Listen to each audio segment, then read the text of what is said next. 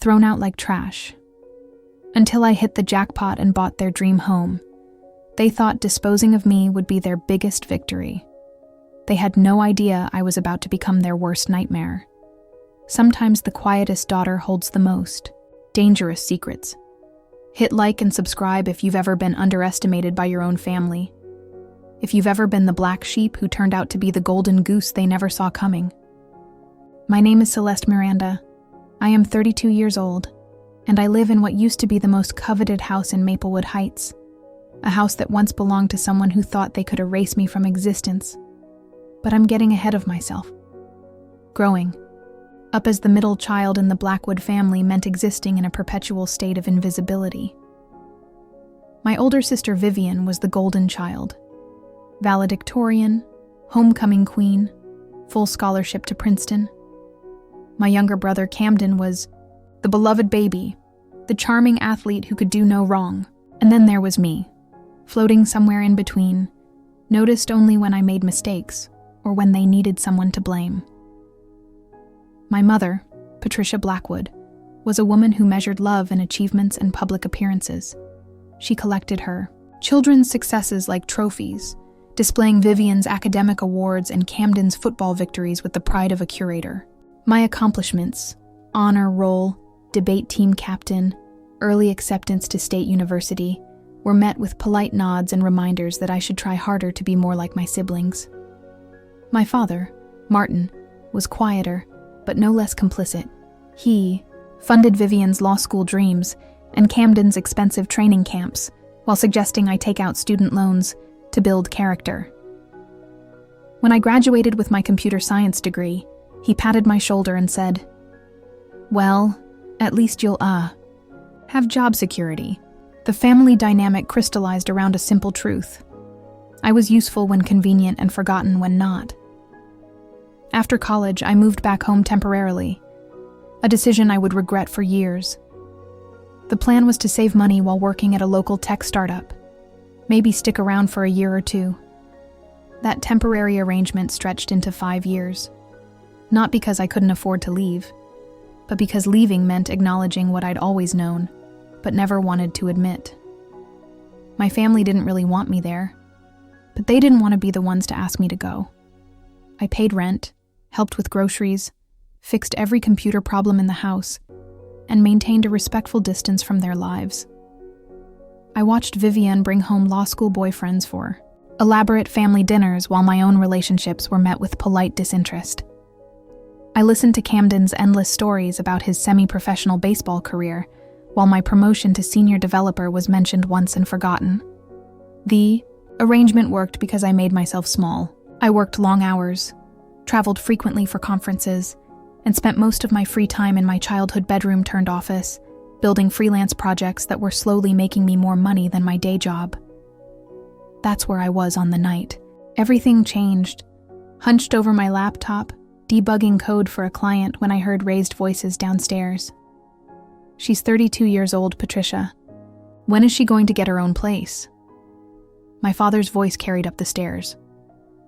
"I know, but she helps with the expenses, and she's so quiet we barely notice she's here." My mother's response stung more than she probably intended. "Vivian wants to move back after her fellowship ends. She'll need the space. And Camden might want to stay here when he's done with baseball. We need to think about their futures." Their futures, never mine. I sat frozen, listening to my parents discuss my living situation like I was a piece of furniture they were considering donating. The conversation that followed was worse than any direct confrontation could have been. They talked about me with the casual detachment of people discussing a minor inconvenience. "Maybe we could give her a timeline," my mother suggested. 6 months to find somewhere else? That seems reasonable. We've been more than accommodating. Accommodating, as if allowing their adult daughter to pay rent in their house was some grand gesture of charity. But the real knife came when my father added, "She'll be fine. She's always been independent. Not like the other two. They actually need our support." Closed my laptop and stared at the wall, processing what I'd just heard. In their minds, My independence wasn't a strength, it was permission to neglect me.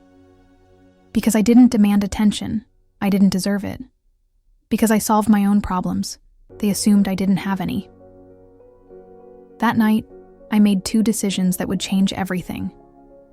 First, I would leave, but on my timeline, not theirs. Second, I would never again make the mistake of thinking that keeping the peace was the same as being valued. I started looking for apartments the next morning, but not frantically. I took my time, researched neighborhoods, visited properties with the methodical approach that had served me well in everything else. I didn't mention the apartment hunting to my family. Let them have their 6-month timeline. I'd be gone in 2 months, and the shock would be the first small payment on a debt I was just beginning to calculate. 3 weeks into my apartment search, my side business hit what I can only describe as the perfect storm of good fortune.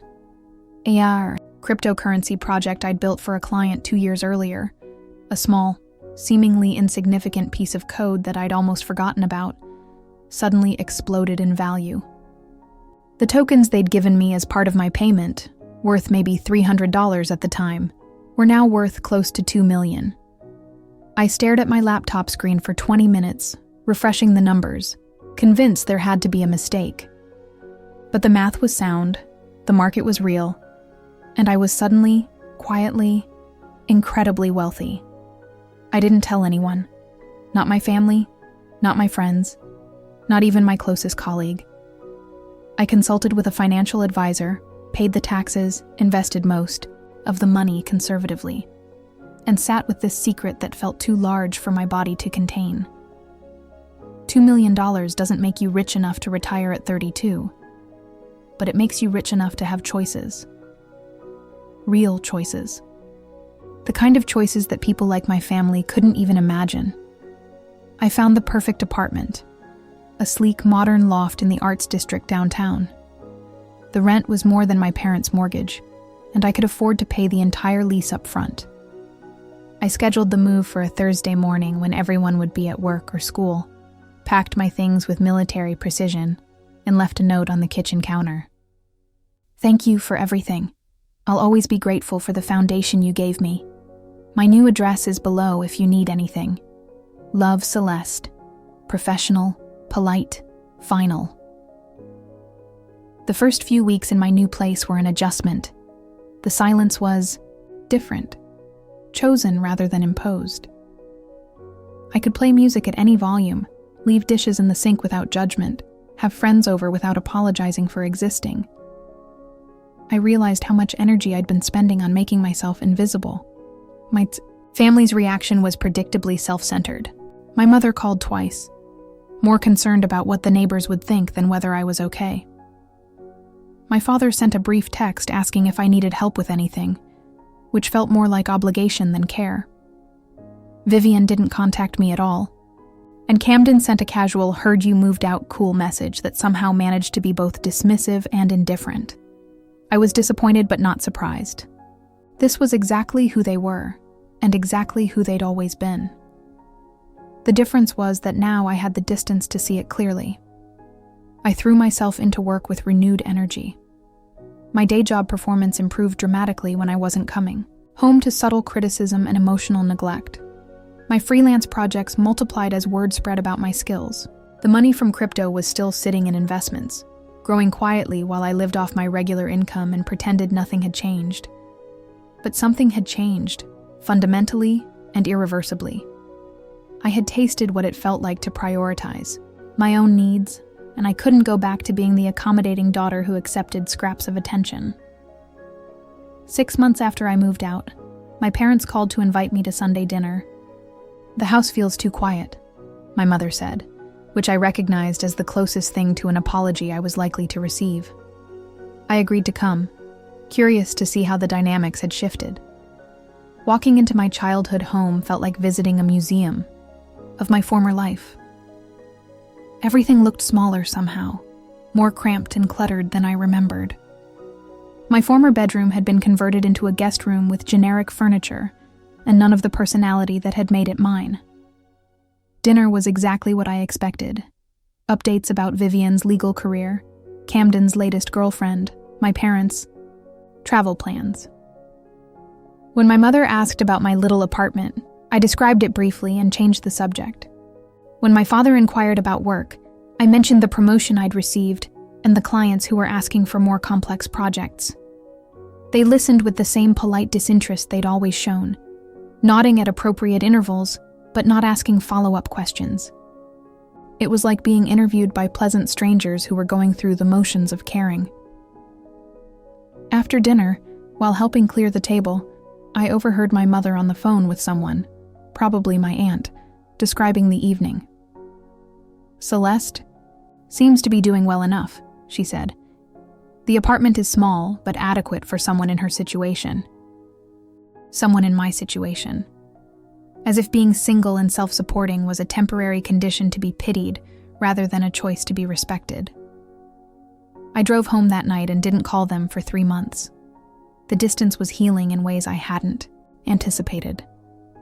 Without the constant comparison to my siblings, without the subtle pressure to prove my worth, I began to remember who I was underneath all that accommodation. I was funny, genuinely funny, not just when it was safe.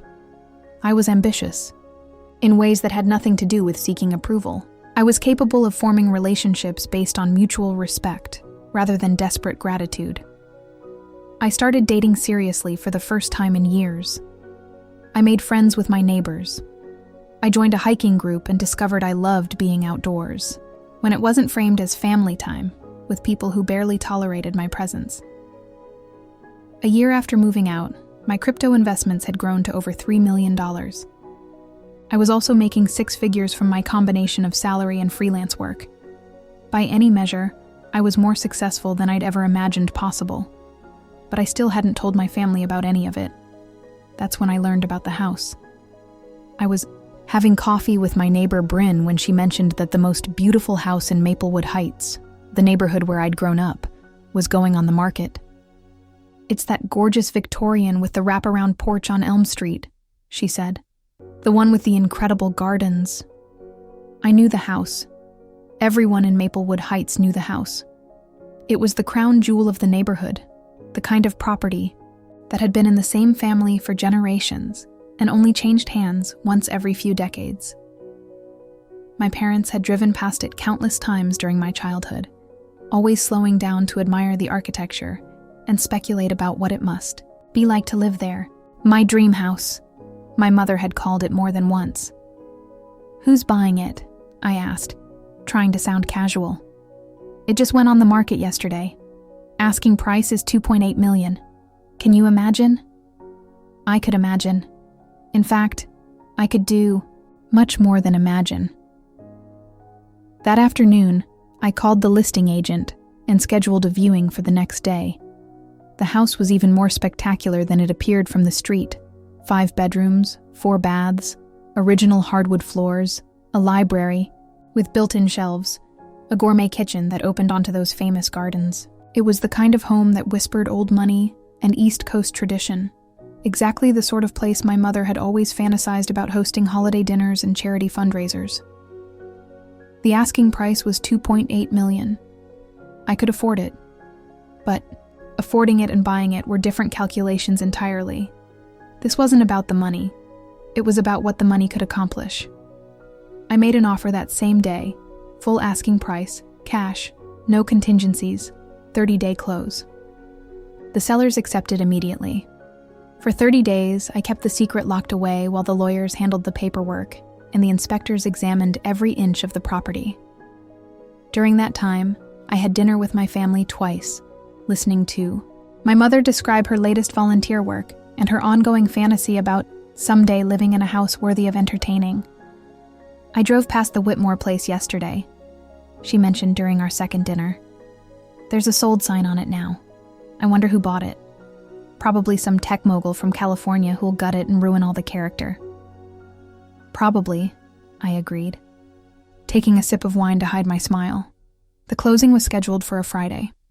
I took the day off work, signed approximately 47 different documents, and walked out of the lawyer's office with the keys to the most expensive house in my hometown. I spent the weekend moving my essentials from the loft to the house, setting up just enough furniture to make it livable. The rest could wait. I had more important plans for Monday. That evening, I called my mother. "Hi, Mom.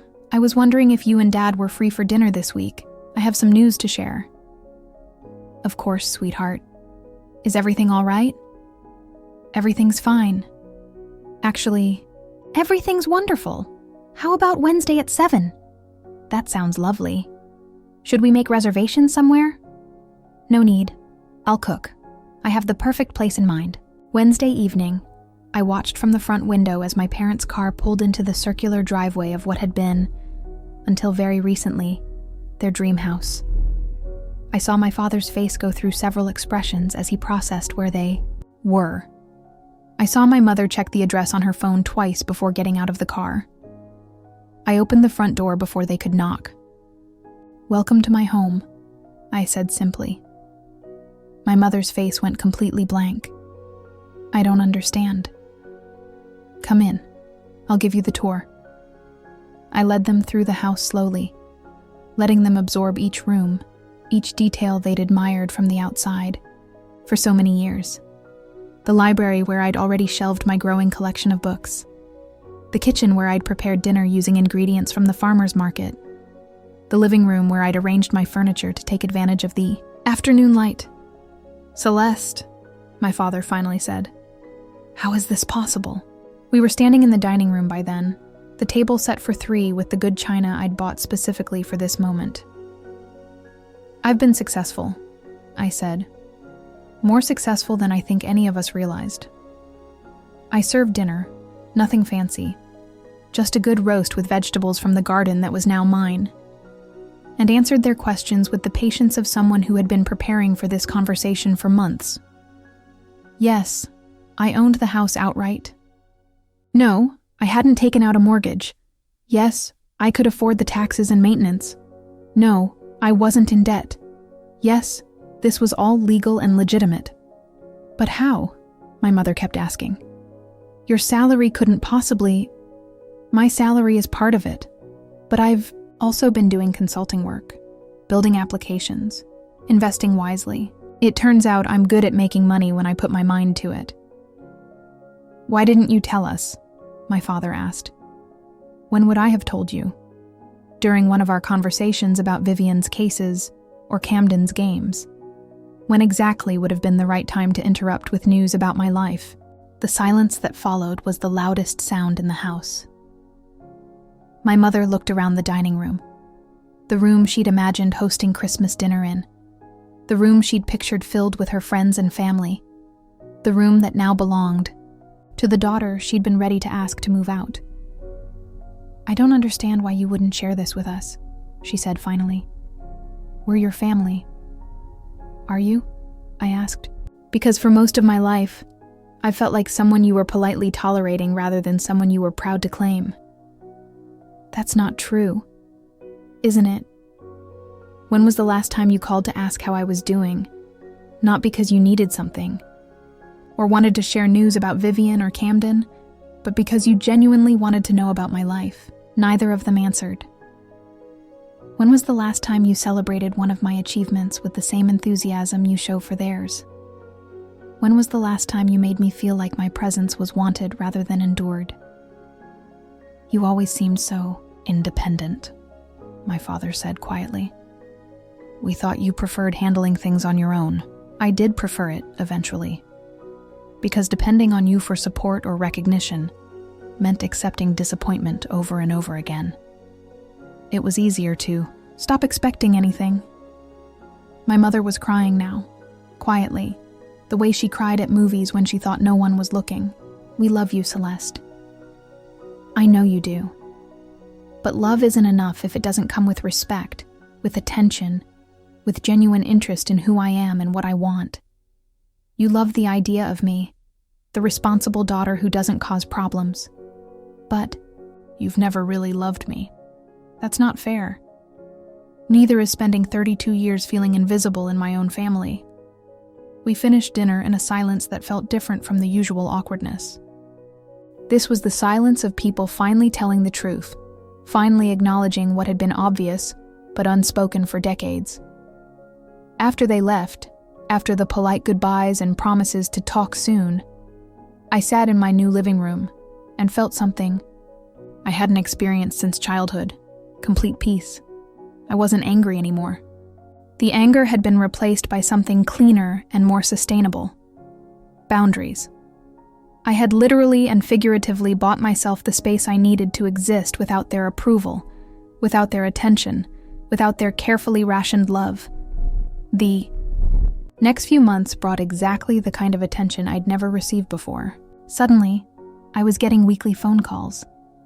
Invitations to family events came with personal notes about how much they hoped I could attend. My achievements were mentioned in conversations with relatives. My opinions were solicited on family decisions. But it was too late for the kind of relationship they seemed to want now. I was polite but distant, available but not eager. I attended family gatherings when convenient and declined when not. I shared news when asked directly but no longer volunteered. Information about my life. Vivian, home for the holidays that year, cornered me at Christmas dinner. Mom says you bought the Whitmore house. I did. How? And why didn't you tell us you had that kind of money? Because it never seemed relevant to anything you were interested in discussing. She looked genuinely confused. That's not true. We care about your life. Do you? When was the last time you called me? Not texted. Called. When was the last time you asked about my work, my friends, my relationships? When was the last time you treated me like someone whose life was worth knowing about? You never seemed to. Want to share? I stopped trying to share because no one was listening. Camden joined the conversation, drawn by the tension. What's going on? Celeste thinks we don't care about her, Vivian said, managing to make it sound like a character. Flaw on my part. That's not what I think, I corrected. I think you care about me in the abstract, the way you'd care about a distant cousin or family friend. But you don't care about me as a person with a complex inner life and experiences worth hearing about. That's ridiculous, Camden said. You're our sister. Am I? Or am I the person who used to live in your parents' house and occasionally shows up to family events? The conversation ended there, but not because we'd resolved anything. It ended because they couldn't understand what I was saying, and I couldn't explain it any more clearly. 6 months later, I got a call from my mother. Vivian was getting married, and they wanted to have the engagement party at my house. It would mean so much to her, my mother said. And you have such a beautiful space for entertaining. No, I said. I'm sorry? No, you can't use my house for Vivian's party. But why not? It's perfect, and we're family, because she's never been to my house except for that one dinner. Because she's never expressed any interest in my life or my home except as a venue for her event. Because treating me like a resource rather than a person is exactly the problem. I've been trying to explain. You're being petty. I'm being honest. If Vivian wants to have her party at my house, she can call me herself, visit the space, ask me about my life, and treat me like someone whose opinion and feelings matter. If she can't do that, then she doesn't get access to what I've built. My mother hung up on me. Vivian never called. The engagement party was held at the country club, and I heard about it afterward through a carefully neutral update from my father. No one mentioned my refusal to host, but the absence of drama around it told me everything I needed to know. They'd moved on without me, which was exactly what I'd expected. That's when I realized I'd won something much more valuable than revenge. I'd won my freedom. The house became exactly what I'd hoped it would be. Not a weapon against my family, but a foundation for the life I actually wanted. I hosted dinner parties for my real friends, colleagues who appreciated my mind and my humor. I started a small tech consulting firm that grew faster than I'd anticipated. I began dating someone who was genuinely interested in my thoughts and dreams. I planted new flowers in the garden, turning it into something that reflected my taste rather than maintaining someone else's vision. I converted one of the bedrooms into a home office that was twice the size of my old childhood room. I filled the library with books I actually wanted to read. My family's relationship with me settled into a polite distance that worked for everyone. We exchanged holiday cards and attended major milestones, but the expectation of intimacy was gone. They stopped trying to claim me as an achievement, and I stopped expecting them to see me as more than I'd ever been to them. 2 years after buying the house, I ran into my mother at the grocery store. She seemed smaller somehow, less formidable than she'd been in my memories. "How are you, sweetheart?" she asked, and for the first time in my adult life, the question sounded genuine. "I'm well," I said. "Really well." "Good, I'm glad." We chatted, briefly about nothing important. The weather, the store's new layout, her book club. But there was something different in the conversation, something that felt almost like respect. As we were parting ways, she said, "You know, I drive past your house sometimes. It's beautiful. You've done something really special there." "Thank you. I always wondered what it would be like to live there. It was silly, really. A foolish dream." "It wasn't silly," I said. "Dreams aren't silly. But sometimes we have to build our own instead of waiting for someone else to hand them to us." She nodded, and for a moment, I thought she might cry again. Instead, she smiled. A real smile, not the careful one she used at family gatherings. "I'm proud of you, Celeste. I should have said that a long time ago."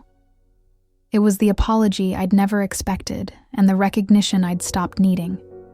I accepted it gracefully and went home to my beautiful house, my chosen life, my hard-won peace. Sometimes, people ask me if I regret buying the house, if it was an expensive way to make a point, but they're missing what actually happened. I didn't buy a house to hurt my family or prove them wrong. I bought freedom from the need for their approval. I bought the space to become who I was meant to be without the constant weight of their indifference. The house was never about revenge. Revenge would have required them to understand what they'd lost. This was about something much more powerful, recognizing that I'd never been lost to begin with. I'd just been looking for myself. In the wrong place. My name is Celeste Miranda. I am 34 years old, and I live in the most beautiful house in Maplewood Heights. It's exactly where I belong, and exactly where I built myself to be. Sometimes the best revenge is living so well that revenge becomes irrelevant. Have you ever had to buy your own seat at the family table? Share your story in the comments below. I read every single one, and you never know whose story might end up being featured on Revenge Treats next.